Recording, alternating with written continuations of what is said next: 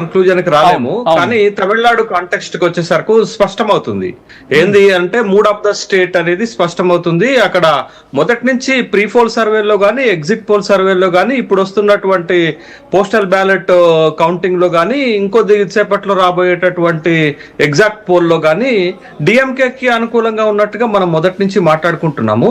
అయితే ఇక్కడ టీవీకే పాత్ర ఏంటనేదే మనం ఇప్పుడు చర్చించుకోవాల్సినటువంటి అంశం. 1967లో అన్నాదురై నాయకత్వంలో అక్కడ ద్రవిడ్ పార్టీ అధికారంలోకి వచ్చిన తర్వాత 1977లో ఎంజి రామచంద్రన్ అధికారంలోకి వచ్చిన తర్వాత ఏఐడిఎంకేకి మొత్తము ఈ మొత్తం కాలంలో అక్కడ ద్రవిడ్ పార్టీలే డామినేషన్ చేస్తున్నాయి. బట్ ఈసారి అక్కడ త్రిముఖ పోటీ జరిగింది. అది టీవీకే విజయ్ రావటం తోటి త్రిముఖ పోటీ జరిగింది. అయితే మీకు ఎగ్జిట్ పోల్ సర్వేలలో ఒక యాక్సిస్ మై ఇండియా తప్ప మిగతా వాళ్ళు ఎవరు కూడా టీవీకే విజయ్ అధికారంలోకి వస్తారని చెప్పలేదు. టీవీకే అనేది ఓట్ షేర్ లో 20% దాటుతుంది. దరిదాపు 20 నుండి 50 సీట్లు గెలిచేటటువంటి అవకాశం ఉందనేటటువంటిది వచ్చింది తప్ప ఒకే ఒక్క పోల్ సర్వే మాత్రం యాక్సిస్ మై ఇండియా మాత్రం టీవీకే అధికారంలోకి వస్తుందని చెప్పారు. కానీ పెద్దగా దాన్ని ఎవరు నమ్మలేదు.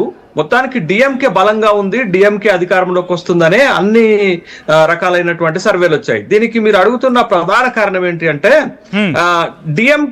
ఏడిఎంకే నుండి ఈసారి గట్టి పోటీని ఎదుర్కొంది అక్కడ. కానీ మీకు లాస్ట్ 2-3 రోజుల్లో ఎలక్షన్ సినారియో మారిపోయింది. ఎందుకు మారిపోయింది అని అంటే ఒక ఇంట్రెస్టింగ్ అంశం ఏంటి అని అంటే కేంద్ర ప్రభుత్వము ప్రత్యేక సమావేశాలు, లోక్సభ ప్రత్యేక సమావేశాల్లో ఎప్పుడైతే మహిళా బిల్లు, డీలిమిటేషన్ బిల్లు కలిపి పెట్టిందో ఆ బిల్లు వీగిపోయిన తర్వాత సభ ఆమోదం పొందకపోయిన తర్వాత స్టాలిన్ ఒక మాట చెప్పాడు. ఏం మాట చెప్పాడంటే తమిళనాడు ఢిల్లీపై గెలిచింది అని చెప్పారు. అది చాలా తమిళనాడు మొత్తము ఎలక్షన్ సినారియోనే మార్చేసింది.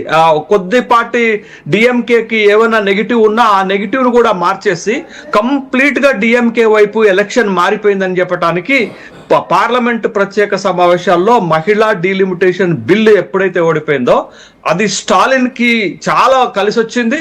స్టాలిన్ ఆ అంశాన్ని రాజకీయంగా ఉపయోగించుకున్నాడు. కాబట్టి వాళ్ళ డిఎంకే అల్టిమేట్ మెజారిటీ తమిళనాడులో సాధిస్తుంది అనేటటువంటి విషయం ఒకటి. రెండో కారణం ఏంటి అని అంటే ఏడిఎంకే కూడా బీజేపీతో పొత్తు పెట్టుకొని గట్టి పోటీ ఇచ్చినప్పటికి కూడా బట్ జరిగినటువంటిది ఏంటి అని అంటే టీవీకే రావటం తోటి, త్రిముఖ పోటీ రావటం తోటి టీవీకే ఎక్కువగా ఏఐడిఎంకే ఓట్లను చీల్చినట్టుగా మనకి ఎలక్షన్ ట్రెండ్ కనపడుతుంది. కాబట్టి టీవీకే వల్ల ఎక్కువ ఎవరికి నష్టం జరిగింది అంటే ఏఐడిఎంకేకి నష్టం జరిగింది. కాబట్టి డిఎంకే రెండోసారి అధికారంలోకి వస్తున్నటువంటి ఛాయలు మనకి స్పష్టంగా కనపడుతున్నాయి.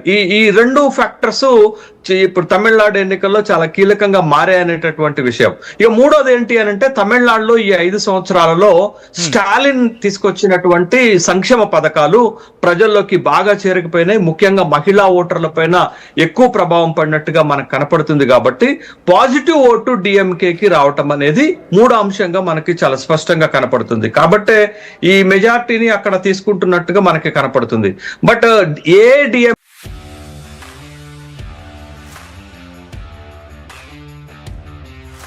Ready action. It's like ethical hacking. నువ్వు ఎథికల్ హ్యాకింగ్ చేసే